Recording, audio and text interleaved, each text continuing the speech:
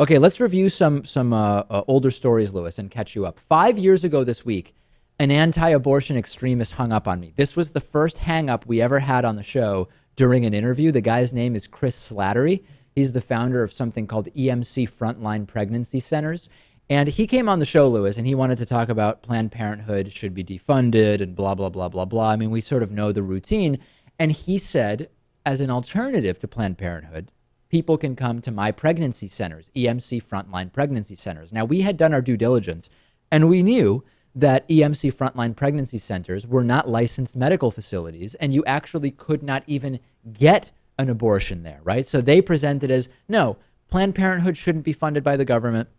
We have places that we run that are private, which provide all the same services, but they don't. And then I asked the very, very simple question, are your pregnancy centers licensed medical facilities?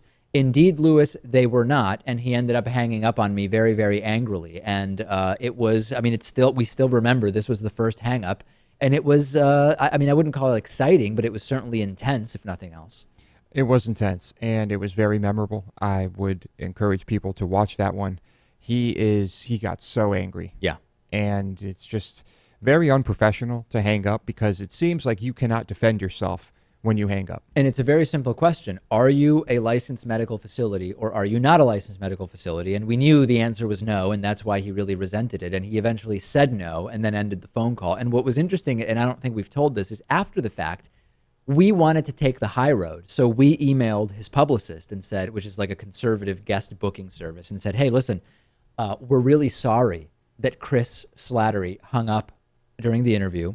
We didn't mean to offend him or anything like that, and blah, blah, blah, blah, blah. Even though the reality was this guy was just he just didn't really like reasonable questions that were at all critical.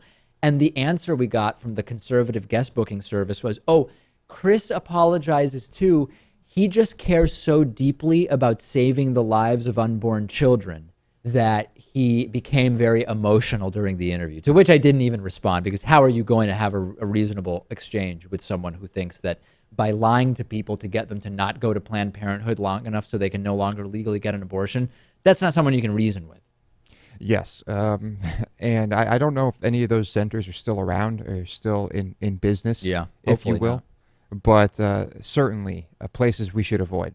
Other people who have ended interviews early since Chris Slattery, Van Jones, Gun Appreciation Day founder, I don't even remember the dude's name because who cares anymore about Gun Appreciation Day, Dick Morris, Michael Brown. Usually we don't care, but when it's a misunderstanding, we kind of do. And with Van Jones, it really was a misunderstanding. If you remember, I said to him, do you think that it's fair that that wanting legal marijuana is sort of seen as a political liability in the same way that a candidate saying I'm an atheist is a political liability? And Van Jones felt that I was attacking religious people with that question. That really was just a misunderstanding, and it actually never got cleared up. And that's the one, Lewis, that I feel sort of bad about. I wish it had been cleared up or ended differently. Yeah, unfortunate, but hey, these things happen. The online news world is getting pretty cluttered with lots of nonsense. There's the so-called news sites that rewrite news articles, and then there's the websites we all know that we just can't trust.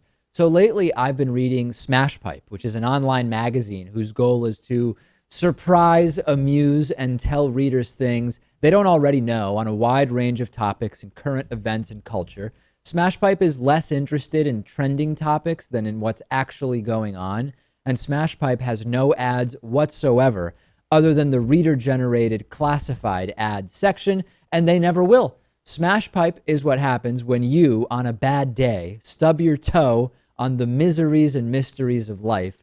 Check it out at